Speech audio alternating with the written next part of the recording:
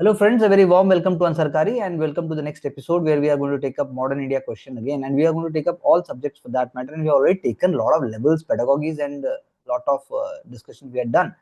So we were just discussing, in fact, before the session that, answers are like human body and every human body is same, but every human body is different.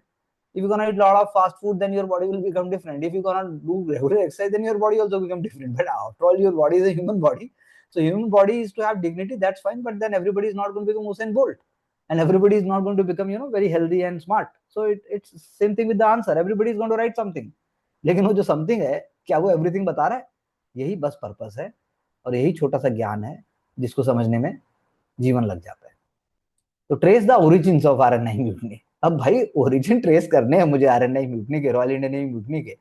अब कोई तो लिखेगा जैसे last in the coffin of the British rule in 1940 the culmination of horrific and British rule in the process of insensitive and inhuman operation. यहां तक आपने बता दिया. और इनह्यूमन एग्जामिनर भी सोच रहा है इनह्यूमन ऑपरेशन किसका? भैया आदमियों की बात कर रही है कि भारतीयों की बात कर रही है कि आर्मी की बात कर रही है? whom she is talking about, so then it will origins dismal state of soldier service conditions, unviable economic conditions, presence in the uniform of soldiers, number आने के chances बढ़ गए, unwillingness and dragging of devolution of power by the British, grave injustice and poverty, क्या था ये, grave injustice and poverty cycle trap of farmers. लेकिन यहां पर अगर कोई लिख दे कि since the battle of Plassey, when Indians were seduced into joining British and then subsidiary alliance system and finally the revolt of 1857, तब से रूट्स वहीं से थी रूट्स. तो भाई 10 में से 5 के आसपास तो आप अटकोगे ही. तो बहुत अच्छा लिखा, लेकिन good effort, good innovation, good fight, good competition, culminated in the busting response. तो बस्टिंग लिख के आपने फील दिला दिया कि भाई मेरे को पता है मैं क्या लिख रही हूँ. Impact of the British was quite effective which translated into fast forwarding of independence for India. चलिए आगे. Direct message to British of unconditional transfer of power, Indians not giving up, early independence, Clement Attlee. ठीक बात है. चलो चलो आगे चलो आगे चलो आगे चलिए.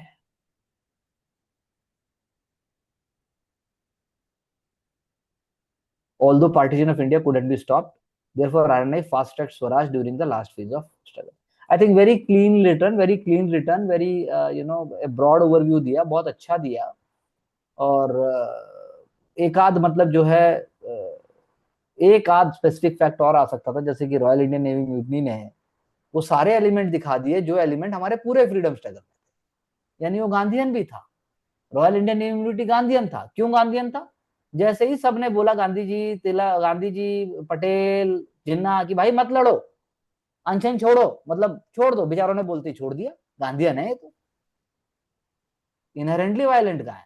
बस ऐसे ही हो गया काम. बस सिग्निफिकेंस बताना है प्रजामंडल मूवमेंट को in the Indian state decade preceding Indian. बहुत अच्छा क्वेश्चन, बहुत ब्रॉड क्वेश्चन है. प्रिंसली स्टेट की स्ट्रगल बताई. Added to the legitimacy of, added to the legitimacy of, illegitimacy होगी ना, लेजिटिमेसी कैसे हो गई? legitimacy, they added, who added?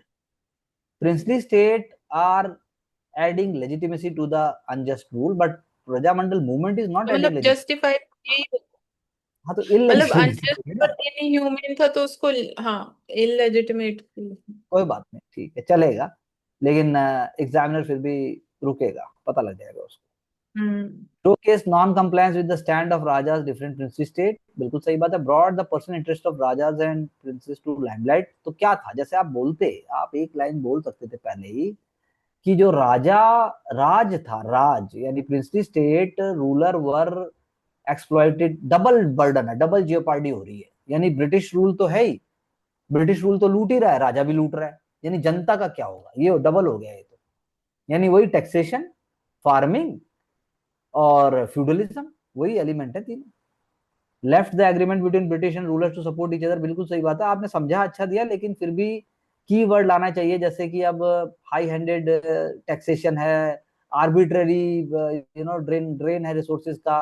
अब अंग्रेज आता है और जब राजा को बोलता है भाई तेरी बिटिया को मैं यहीं से शादी करा दूंगा रेजिडेंट से, ये 2 किले मुझे दे दिए बस, ये 10 गांव का लगान हम लेंगे, मतलब हम ये करेंगे, हम कुछ भी करेंगे, कुछ भी चलेगा basically.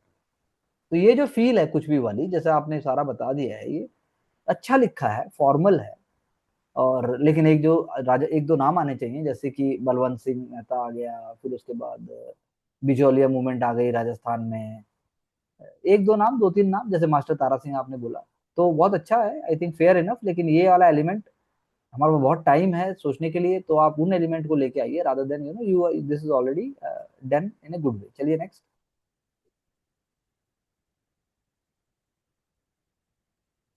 assess the role of C Rajagopalachari during the pre-partition years of Indian public life। Pre partition यानी बहुत लंबा राजा जी, तो उन्हें कहते थे सोल, गांधी जी की आत्मा कहते थे उनको, soul of Gandhi ji, so conscience keeper of Gandhi ji, कि गांधी जी को गलत सही क्या करने वाले हैं वो राजा जी वो करेंगे। Constructive role through constitutional method, बहुत अच्छा बहुत अच्छा। ऑर्गेनाइजेशनल लीडरशिप बहुत अच्छा। Strategic interplay of ideas like Rajaji formula, चलिए आगे चलिए, टू मिनट, ठीक बात है। Therefore he acted like a bridge, I think बहुत फेयर लिखा, अच्छा लिखा, बहुत डीप में नहीं जाते हुए भी लिखा।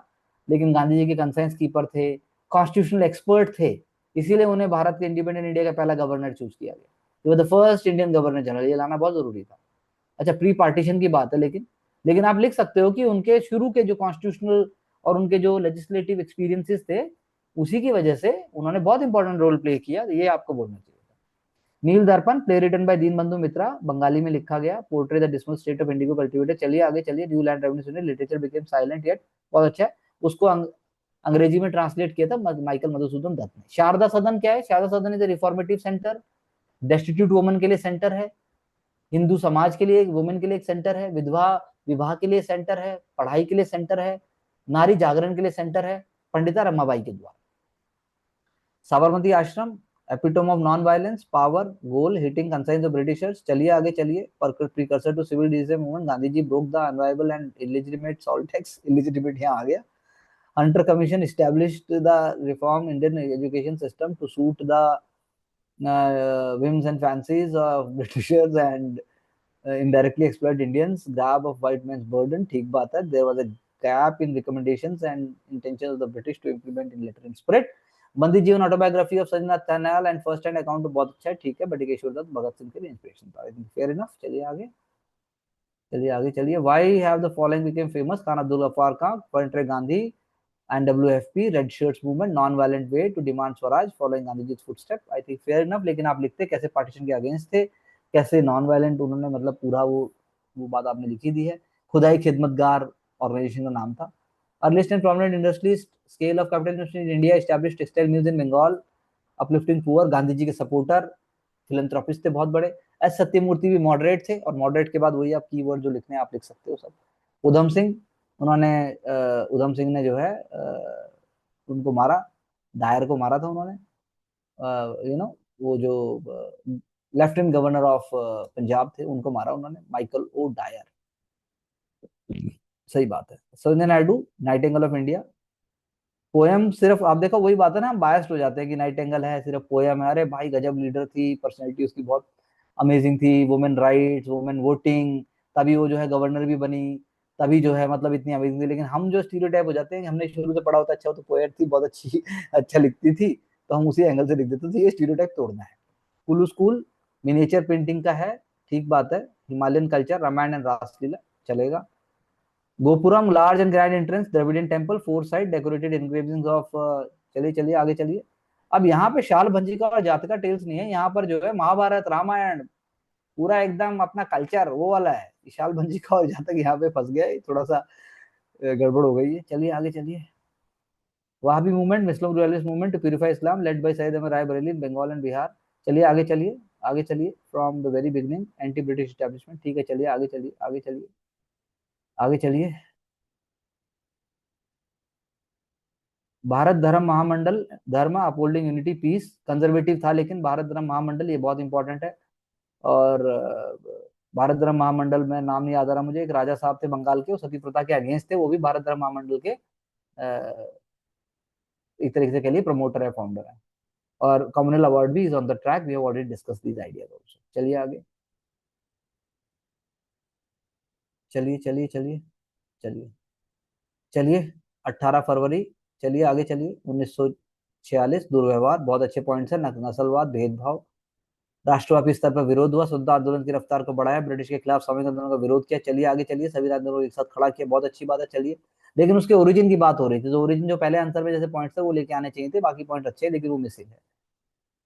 भारतीय राज्यों में प्रजामंडल जागरूकता, ठीक बात है। आंदोलनवादी रियासतों की स्वतंत्रता अधिकार, बिल्कुल ठीक बात है। चलिए आगे चलिए। सामंती व्यवस्था, बहुत अच्छा पॉइंट है। शिक्षा का प्रसार, अस्पृश्यता का त्याग, लोक संघ और मंडलों का निर्माण, बलवंत सिंह मेहता द्वारा लोक मंडलों का निर्माण, अखिल भारतीय स्तर पर इन प्रजामंडलों का प्रसार किया गया, बटलर कमेटी, बहुत बढ़िया पॉइंट्स है। कुछ पॉइंट वहां से उठा लीजिए, बाकी पॉइंट ठीक है। चलिए आगे चलिए, चलिए आगे चलिए, आगे चलिए, आगे चलिए, मूव फॉरवर्ड प्लीज।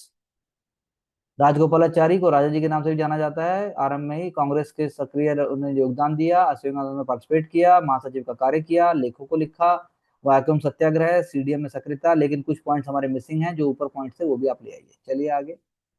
नील दर्पण, दीनबंधु मित्रा, मित्र नहीं मित्रा हैं। उसके बाद बंगाल बिहार, ठीक बात है। चलिए, साबरमती आश्रम, जनरल पॉइंट्स ठीक है। चलिए, हंटर कमीशन, ये भी जनरल पॉइंट्स है, ठीक है। हमने ऊपर कुछ पॉइंट एक्स्ट्रा लिए, वहां से आप कुछ पॉइंट ले सकते हैं, बाकी जनरल अच्छा लिखा है। सो व्हाट डू यू से Mansi? Couple of points very fast. उसमें रिलेटेड टू पर्सनालिटी, जैसे सरोजिनी नायडू के बारे में, तो स्टीरियोटाइप्स टू इंश्योर, वो मतलब जनरल नहीं लिखना है। वो जैसे बोलते कि इनोवेशन वाला एलिमेंट दिखना चाहिए, कैसे डिफरेंट लगे, तो वो ये। बाकी सर आई थिंक जो डिमांड ऑफ द क्वेश्चन है, थोड़ा सा अगर जैसे कम भी पता है तो सोचते हैं, तो जो डायरेक्ट पॉइंट्स है वो ही लिखने हैं। वही लिखने हैं बस, सही बात। फालतू का कुछ स्कोप नहीं है, नंबर नहीं आएगा। And I will hmm. Share couple of more ideas और कैसे शार्प होगा विद टाइम। हाँ जी। दिव्या, सर इंग्लिश वाले आंसर में जो पॉइंट्स है सर वो भी लेकर आने हैं सर उनको। so go for revision, keep on moving, writing, and it's a pedagogy, it's a smart work, it's an enjoyable work, it is not a burden. Once we do it, we feel more lighter, we feel more confident, we feel more transparent, we feel more happy, and we are less bothered about the performance. We are making our basics very strong, and I think that is what the pedagogy is all about, and that is what the goal is all about, and that is what is our commitment through Ansarkari. Thank you very much.